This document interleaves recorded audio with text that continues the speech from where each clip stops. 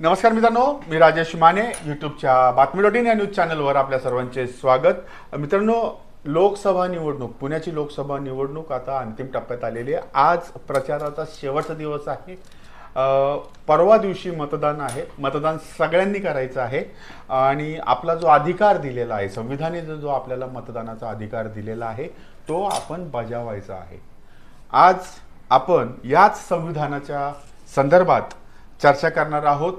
कारण की पुण्यामध्ये राहुल गांधी यांची जी सभा झाली, त्या सभेमध्ये राहुल गांधींनी असं सांगितलं की मोदी सरकारला 400 पेक्षा जास्त जर जागा मिळाल्या तर ते संविधान बदलणार आहेत. संविधान पूर्ण बदलण्याचे त्यांचे विचार आहेत. या संदर्भात आपण पुण्याचे RPIचे वरिष्ठ नेते परशुराम वाडेकर यांच्याशी बोलणार आहोत. गेले 12 वर्ष ते भारतीय जनता पक्षाबरोबर अटॅचड आहे, ते युतीमध्ये आहेत. त्यांचा काय अनुभव आहे आणि त्यांना काय वाटतं या संदर्भात आपण ते विचारूयात. वाडेकरजी नमस्कार.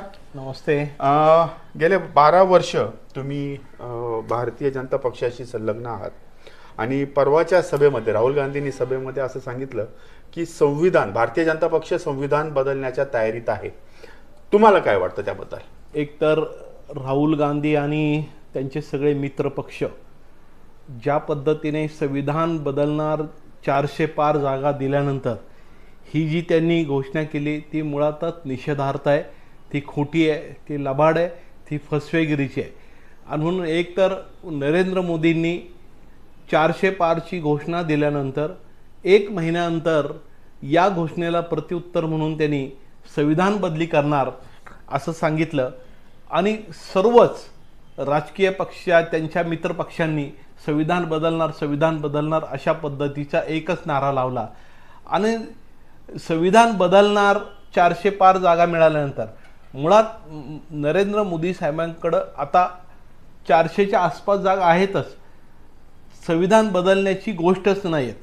पंतप्रधान नरेंद्र मोदी साहेबांनी याचा खुलासा केला की मी स्वतः एक मागासवर्गीय गरीब कुटुंबातला, तेली समाजाचा, चाय विकणारा, झोपडीमध्ये गरीब घरातमध्ये राहणारा मी एक साधा माणूस आहे आणि या पदापर्यंत जो मी पोचलो आहे ते भारतीय संविधानामुळं पोचलो आहे, बाबासाहेबांच्या संविधानामुळं पोचलो आहे. पंतप्रधान बनायची माझी जी त्याला म्हणता येईल की आता आपण लायकी म्हणतो ना, आपण तुझी लायकी आहे का, ही लायकी संविधानाने दिली ना. म्हणजे ज्या जातींना कधी मताचा अधिकार नव्हता, जे मंदिराच्या बाहेर, पाण्याच्या बाहेर, शाळेच्या बाहेर, व्यवस्थेच्या बाहेर होते, त्यांना संविधानाने स्वाभिमान दिला. आणि त्यातलेच एक मागासवर्गीय समाजाचे, OBC समाजाचे आणि गरिबांचे एक पंतप्रधान, गरिबाच्या घरातून गेलेले हे पंतप्रधान नरेंद्र मोदी आहेत. आणि त्यांनी प्रामाणिकपणे सांगितले की मी बाबासाहेबांमुळं आणि त्यांच्या संविधानामुळंच मी पंतप्रधान आहे आणि हे संविधान बदलण्याचं पाप आमच्या स्वप्नात देखील येत नाही, मनात देखील येत नाही आणि आम्ही ते करू शकणार नाही, आम्ही ते करतसुद्धा नाही. तरीसुद्धा राहुल गांधी आणि त्यांची सगळी टीम हे संविधान बदलणार म्हणतात. माझं मत आहे की राहुल गांधी यांनी त्यांच्या सगळ्या टीमच्या पायाखालची वाळू घसरलेली आहे आणि त्यांच्या पायाखालची वाळू घसरल्यामुळंच ते अशा पद्धतीचं वक्तव्य करतात आणि त्या वक्तव्याचा आम्ही तीव्र शब्दामध्ये निषेध करतो. एक तर संविधान कसं बदलणार ते समजून सांगायला पाहिजे, ते समजून सांगत नाही. ते या देशातल्या गरीब, शोषित, पीडित, आदिवासी, भटके, अभुक्त तमाम भारतीयांना ते भीती दाखवतात आणि दहशत अशी निर्माण करतात की ना आता संविधान बदलणार तर तुमचं काय होणार. मुळात अशा पद्धतीचं संविधान बदललं जाणार नाही, ते कदापि शक्य नाही. आणि ते बदलणार असेल तर कसं बदलणार हे त्यांनी समजून सांगावं. ही एवढी सोपी प्रक्रिया आहे का? ती प्रक्रिया आहे त्यांनी समजून सांगावी ना की नाही हे बदलणार आहे. म्हणून तसं होणं शक्य नाही. मी तमाम भारतीयवासियांना, तमाम मतदारांना माझं आव्हान आहे, हे निवडणुकीतलं एक जुमला भाषण आहे, ते फसवेगिरीचं भाषण आहे, ते फसवतात. यांच्या फसवेगिरीला आपण बळी पडू नये ही आमची नम्रतेची विनंती आहे. गेले 12 वर्ष तुम्ही भारतीय जनता पक्षाबरोबर आहात. म्हणजे मोदी सरकार गोरगरिबांचं नाही, खालच्या जे आपण जे म्हणतो दलित लोकांबरोबर नाही, त्यांच्यावर अन्याय अत्याचार करतात, त्यांच्याकडे बघत नाहीत, अशी हिची एक चर्चा जी सुरू असते. तुम्हाला काय अनुभव आहे तसा की आता त्यांचे नेते मंडळी असतील का ते उच्चवर्णीय ब्राह्मण समाजाचे जास्त आहेत, आपण दलित ह्याच्यातले, तर वागणूक कशी असते त्यांची, काय अनुभव आहे? मुळात गेले अनेक वर्ष म्हणजे देश स्वतंत्र झाल्यापासून आम्ही सगळे काँग्रेसला वोट द्यायचो आणि अनेक वर्ष आम्ही बाबासाहेब म्हणले की काँग्रेस जळतं घर आहे आणि त्या जळत्या घरात तुम्ही जाऊ नका, मी दगड आहे, तुम्ही एखाद्या वाळूच्या काय मातीच्या ढगड्यात पागळून जाल. परंतु आम्ही त्यावेळेस बाबासाहेबांचं ऐकलं नाही. आमच्या मागच्या नेत्यांकडून बी काही चुका झालेल्याच आहेत. परंतु त्यावेळेस सत्तेमध्ये जाणं आणि गरिबांच्या विकासावर त्यांच्यावर चर्चा करणं, त्यांना न्याय मिळवून देणं या भूमी. परंतु मुळात गेले अनेक वर्ष काँग्रेस पक्ष सत्तेवर आहे आणि या काँग्रेस पक्ष सत्तेवर असल्यामुळं 50 वर्षामध्ये जे काही दलितांवरचे अत्याचार असतील, अल्पसंख्याकांवरचे अत्याचार असतील, दंगले असतील, ज्या काही गोष्टी घडल्या त्या काँग्रेसच्या काळातच घडल्यात. मग खैरलांजीपासून तर सोने हत्याकांड महाराष्ट्रातला पकडला तर छोटे मोठे दलित अत्याचाराच्या घटना घडल्या त्या काँग्रेसच्या राजवटीमध्ये आणि जिथे जिथं काँग्रेसचे आमदार आहेत, खासदार आहेत, तिथंच ह्या दंगली घडलेल्या आहेत, दुसरे कुठं घडलेल्या नाहीत, नाही का. आणि त्यामुळं या देशामध्ये काँग्रेसनी आंबेडकरी समाजाचा, आंबेडकरी जनतेचा आणि बाबासाहेब आंबेडकरांचा अवमान काँग्रेसने जेवढा केला तेवढा कुणीच केला नाही, तेवढा द्वेष कुणीच केला नाही. आणि कधीकधी आम्हाला मी एक आंबेडकरी चळवळीतला कार्यकर्ता असल्यामुळं मला देखील वाटतं की बाबासाहेब आंबेडकरांना काँग्रेस पक्षाने दिलं काय. या ठिकाणी बाबासाहेब आंबेडकरांना संविधान समितीवर देखील या ठिकाणी पर्याय नव्हता, त्यांच्यासारखा बुद्धिमान माणूस कोणी नव्हता. त्यामुळं नेहरूंनी शिष्टमंडळ बाहेर पाठवलं की संविधान लिहायला कोणीतरी आणा. पण तिकडं त्यांना कोण भेटलं नाही. त्यांनी सांगितलं भारतातच बाबासाहेब आंबेडकर एक विद्वान आहे, तेच संविधान लिहू शकतात. नाईलाजाने त्यांनी बाबासाहेबांना संविधान समितीवर निवडून आणलं. पर्याय नव्हता. बाबासाहेबांची विद्वत्ता प्रचंड मोठी होती. परंतु बाबासाहेबांचा अवमान काँग्रेस पक्षाने एवढ्या मोठ्या प्रमाणात केला आहे की तो त्याचा निषेध करावा तेवढा कमी आहे. एक तर बाबासाहेब आंबेडकर वारल्यानंतर जिवंतपणे तर बाबासाहेबांनी राजीनामा नेहरूंकडे देऊन टाकला हिंदू कुडबिलाच्या प्रश्नावर. अनेक मुद्द्यावर बाबासाहेबांनी गांधी आणि नेहरूशी संघर्ष केलेला आहे. आणि ज्या पद्धतीने बाबासाहेब आंबेडकर ज्या दिवशी बाबासाहेब आंबेडकरांचं दुःखद निधन झालं त्यावेळेस दिल्लीतलं घर आहे, त्या दिल्लीतल्या घर हे स्मारक केलं पाहिजे. किंवा बाबासाहेब वारले त्यावेळेस नेहरू लगेच त्या घरी गेले आणि आमच्या सगळ्या जुन्या कार्यकर्त्यांनी सांगितलं की राजघाटावरच बाबासाहेबांचं अंत्यविधी करा, तिथं स्मारक करा. कारण की गांधीचं स्मारक तिथं आहे, बाकी सगळ्यांचं स्मारक करे, गांधी घराण्याचे सगळे अंत्यविधी किंवा त्यांचे स्मारकं तिथं झालेत, तर बाबासाहेबांचं तिथंच होऊ द्या. परंतु नेहरूंनी आणि काँग्रेसने ऐकलं नाही. त्यांनी मुंबईला पाठवलं. मुंबईला पाठवल्यानंतर मुंबईला दादरला हिंदू स्मशानभूमीच्या बाजूला जिथं कचरकुंडी आहे, जिथं लाकडं फेकतात, त्या कचरकुंडीवर बाबासाहेबांच्या अंत्यविधीला जागा खैर मुख्यमंत्री असताना दिली. त्यासाठी बी आम्हाला त्यावेळेस संघर्ष करावा लागला. आणि कचरकुंडीवर बाबासाहेबाला दादरच्या स्मशानभूमीच्या बाजूला छोटी जागा दिली.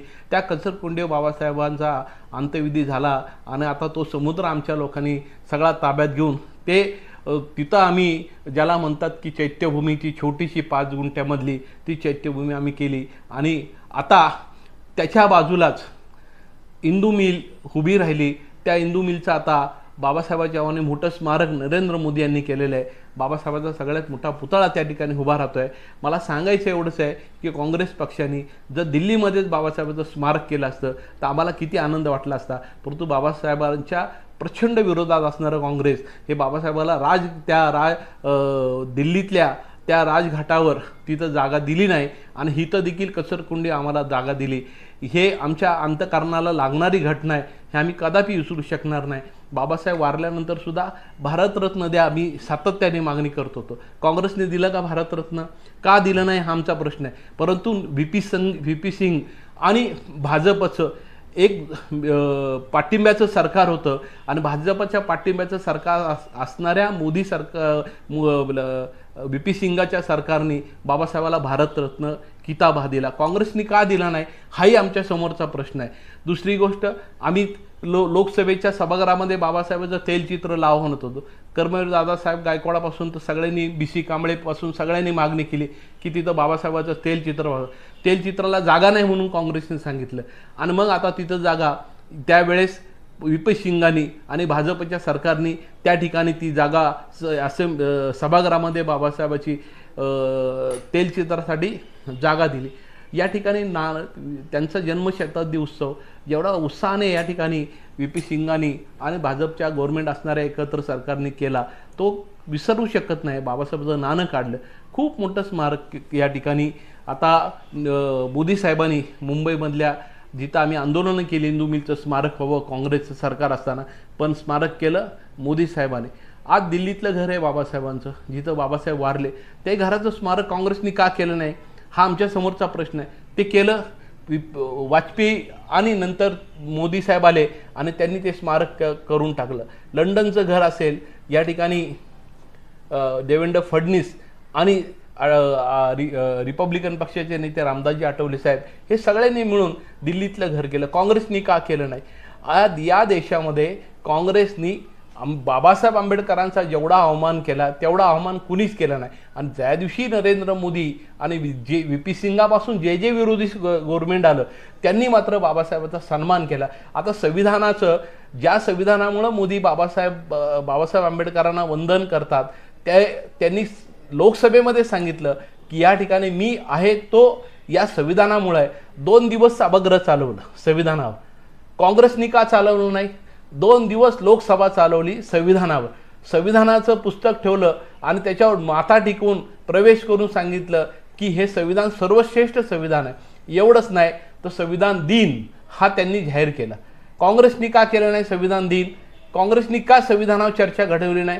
एवढंच नाही तर या देशामधल्या शाळा आणि ह्याच्यामध्ये प्रियांबल शाळा भरण्याच्या अगोदर प्रियांबल वाचलं पाहिजे, विद्यार्थ्यांना प्रियांबल कळायला पाहिजे, संविधान कळायला पाहिजे, अशी भूमिका देखील मोदी साहेबांनी घेतली. आणि म्हणून नरेंद्र मोदी हे एक मागासवर्गीय पंतप्रधान आहे, एक गरीब पंतप्रधान आहे. याचा आम्हाला अभिमानच वाटतो ना की एक मागासवर्गीय कुळातला एक 3ऱ्या वर्णातला माणूस आज देशाचा पंतप्रधान होतो. हे केवळ बाबासाहेब आंबेडकर आणि संविधानामुळे होतो. आणि आम्हाला देखील त्याचा अभिमान वाटतो की एक गरीब माणूस या देशाचा पंतप्रधान होऊ शकतो. आणि म्हणून या ठिकाणी नरेंद्र मोदी आणि भाजप ह्यांनी आता मराठवाडा विद्यापीठाचा नामांतराचा लढा ज्याच्यामध्ये माझ्यासारखा कार्यकर्ता उभा राहिला, त्या लढ्यामध्ये सुद्धा भाजप पुढे सरकली, गोपीनाथ मुंडे पुढे आले आणि मराठवाडा विद्यापीठाच्या नामांतराला पाठिंबा दिला. त्यावेळेस काँग्रेसचं गव्हर्नमेंट होतं. का केलं नाही? काँग्रेसच्या दोन्ही सभागृहात विषय मान्य झाला तरीसुद्धा बाबासाहेबांच्या मराठवाड्यामध्ये मिलिंद कॉलेज असताना त्यांची तिथं स्थापना भूमिपूजन शिक्षणाची बीजं तिथं रोवली.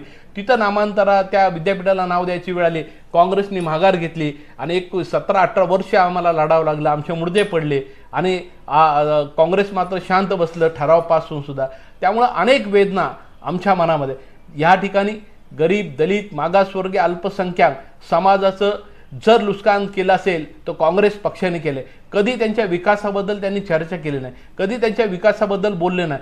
जातीय तेढ निर्माण करणं, जातीय दंगे निर्माण करणं, एकमेकांमध्ये वाद निर्माण करणं हेच काँग्रेस पक्षाने आजपर्यंत आम्हाला फक्त वापरून घेणं, आमच्या मताचा वापर करून घेणं, आम्हाला फसवणं आणि हे जातीवादी आहेत म्हणायचं. माझं म्हणणं आहे काँग्रेस सगळ्याच जातीवादी असं आमचं स्पष्ट म्हणणं आहे. त्यांनी कधी बी शनिवारवाड्यावर येऊन आमच्याशी चर्चा करावी. आम्ही टेबल टू टेबल चर्चा करायला तयार आहोत की तुम्ही आमच्या संग कसं वागलात, तुम्ही आमच्या विकासाच्या प्रश्नावर तुम्ही काय भूमिका घेतली हा देखील आमच्या समोरचा प्रश्न आहे. आणि म्हणून या ठिकाणी नरेंद्र मोदी आणि या ठिकाणी आता केंद्रामध्ये रामदासजी आठवले साहेब केंद्रीय मंत्री आहेत.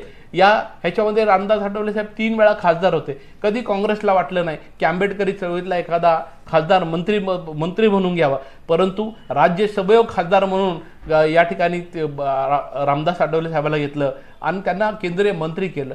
तरी आंबेडकरी चळवळीच्या दृष्टीने खूप अभिमानाची गोष्ट आहे की हे केलं ह्यांनी, पण हे काहीच करत नाही आणि मात्र टीका मात्र करतात आणि मात्र आमच्या सगळ्या कार्यकर्त्यांना दिशाभूल करून संविधान बदली करणार आहे, अमुक करणार आहे, हे सगळं खोटं आहे.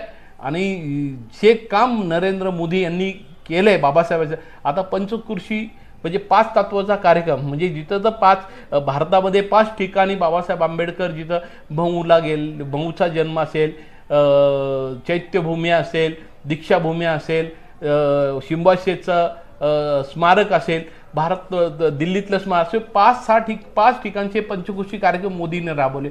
बाबासाहेबांचा विचार हा अर्थ ह्याच्यामध्ये आहे, बाकी सगळ्या विषयावर बाबासाहेब किती मोठे आहे हे सांगण्याचं काम नरेंद्र मोदींनी केले.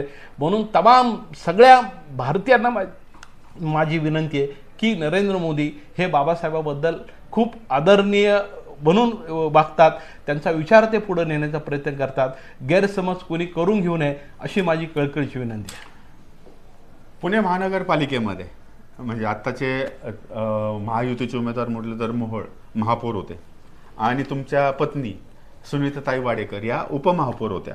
म्हणजे ती महापौर आणि उपमहापौर हे जे पद आहे पुणे शहर ते चालवत होते, त्यावेळेचा अनुभव काय आणि त्यावेळेस मुरलीधर मोहोळांनी किंवा वहिनींनी असं काय वेगळं केलेलं आहे की जे इतर महापौरांनी केलेलं? या ठिकाणी अगोदर आम्ही काँग्रेसबरोबर राष्ट्रवादीबरोबर अलायन्समध्ये होतो, त्यावेळेस बी आम्ही निवडून आलो, कधी आम्हाला मोठी पदं दिली नाही. परंतु गेल्या वेळेस पूर्ण बहुमत आलं, खासदार गिरीश बापट होते आणि सगळ्या भाजपच्या नेत्यांनी त्यांच्याकडे बहुमत असताना देखील पुण्यामध्ये रिपब्लिकन पक्षाचे 5 नगरसेवक निवडून आले आणि 5 नगरसेवक आल्यानंतर 5ही नगरसेवकांना त्यांनी मोठी पदं दिली. ही कधी दिली नाही. पहिलं उपमहापौर त्यांनी नवनाथ कांबळे यांना केलं, म्हणजे पहिल्या वर्षाचं.